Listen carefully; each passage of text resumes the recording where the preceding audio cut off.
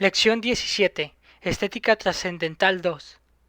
Crítica de la razón pura es más bien estudio de la razón a priori, y consiste en la investigación de lo que en todas las ciencias hay de puro.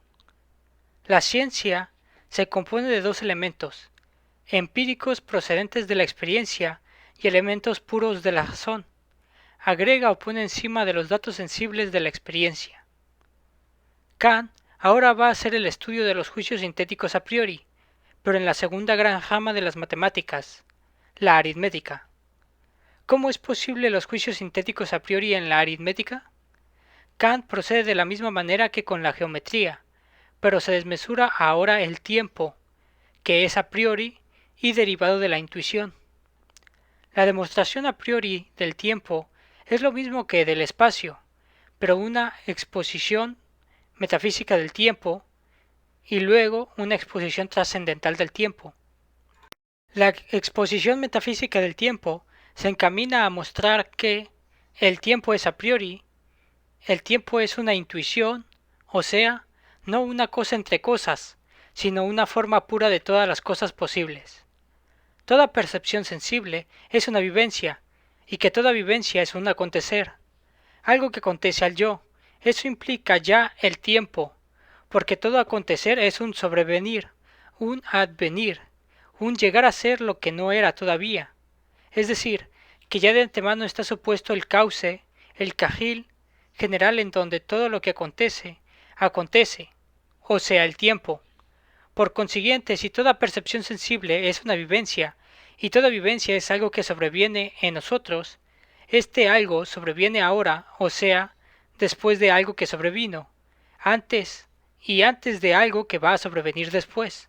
Es decir, ya implica el tiempo. Podemos pensar muy bien, concebir muy bien el tiempo sin acontecimientos, pero no podemos en manera alguna concebir un acontecimiento sin el tiempo. El tiempo no es un concepto, porque no hay muchos tiempos, sino un solo tiempo. Si nosotros hablamos de múltiples tiempos, no es en el sentido de que haya múltiples tiempos, sino en el sentido de trozos, partes de uno, y el mismo y único tiempo. El tiempo es único al igual que el espacio. La unidad y unicidad del tiempo lo califican como algo de lo cual no podemos tener concepto, sino solamente intuición. Con esto queda terminado lo que Kant llama exposición metafísica del tiempo. Los juicios de la aritmética son a priori y sintéticos. Yo necesito intuir el tiempo para sumar, restar, multiplicar o dividir, y eso a priori, ya que hemos puesto como base de todas nuestras percepciones eso que llamamos la sucesión de los momentos en el tiempo. Así pues, sólo suponiendo la intuición pura del tiempo aritmético, sin el auxilio de ningún recurso experimental, y es por eso que el tiempo es una forma de nuestra sensibilidad. Es por eso por lo que la aritmética, construida sobre esa forma de vivencia, tiene luego una explicación perfecta de la realidad. Dicho de otro modo, la realidad tendrá que dárseme a conocer mediante percepción sensible. La percepción sensible, empero, es una vivencia. Esta vivencia se ordenará en la sucesión de las vivencias, en la enumeración 12, 13, sucesivo de los números y por lo tanto el tiempo, que yo haya estudiado a priori en la aritmética, tendrá siempre aplicación perfecta. Encaja divinamente con la realidad en cuanto a vivencia. Kant llega a la conclusión de que el espacio y el tiempo son formas de la sensibilidad, y por sensibilidad entiende Kant la facultad de tener percepciones. El espacio es la forma de percepciones externas, el tiempo es la forma de percepciones internas, mas toda percepción externa tiene dos caras. Es externa por un lado por cuanto que está constituida por lo que llamamos en psicología un elemento representativo, y es interna por cuanto que al mismo tiempo que yo percibo la cosa sensible, voy al mismo tiempo dentro de mí, sabiendo que la percibo, teniendo no solo la percepción de ella, sino que también la apercepción, dándome cuenta de que la percibo. Así, pues, es al mismo tiempo un salir de mí hacia la cosa real, fuera de mí y estar en mí mismo, en cuyo mí mismo acontece esa vivencia.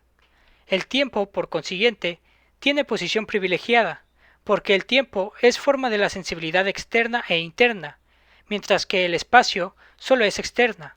Dicha posición privilegiada es la base y fundamento de la compenetración que existe entre la geometría y la aritmética.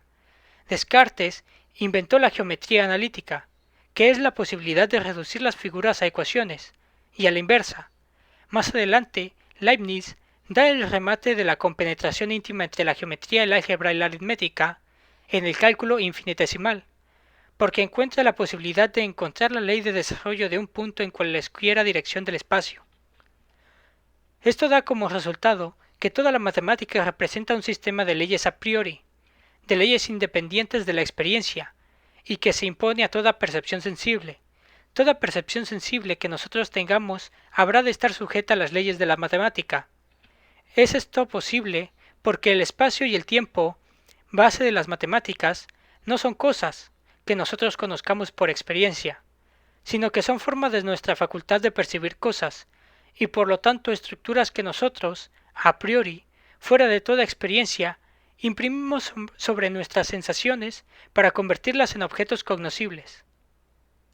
La crítica de la razón pura lleva a Kant a la estética trascendental, siendo estética teoría de la percepción, teoría de la facultad de tener percepciones. La estética trascendental sienta las bases del idealismo trascendental.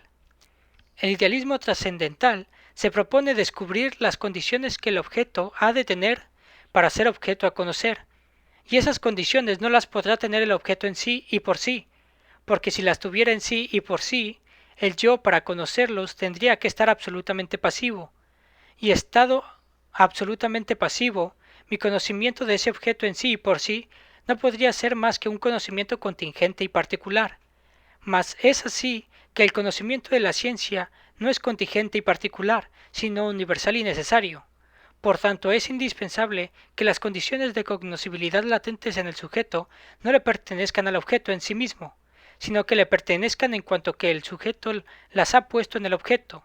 Es decir, que por vez primera en el sujeto, en el pensamiento moderno aparece por primera vez la pareja en correlación indisoluble objeto-sujeto. Lo que el objeto es, no lo es en sí y por sí, sino en tanto en cuanto es objeto de un sujeto. Lo que el sujeto es, tampoco lo es como un ser absoluto en sí y por sí, sino en tanto en cuanto es sujeto destinado a conocer un objeto. Esto es lo principal del idealismo trascendental.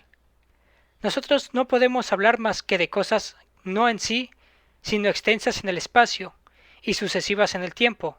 Pero como dichas cosas no tienen las propiedades del espacio y el tiempo en ellas, sino formas de sensibilidad que nosotros los sujetos ponemos en las cosas, dando como resultado que nunca podremos hablar de cosas en sí mismas.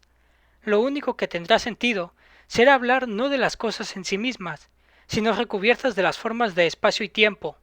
Y esas cosas recubiertas de las formas de espacio y tiempo las llama Kant fenómenos. Los fenómenos son las cosas provistas ya de esas formas del espacio y tiempo que no les pertenecen en sí mismas, pero que les pertenecen cuanto son objetos para mí, vistas siempre en la relación objeto-sujeto.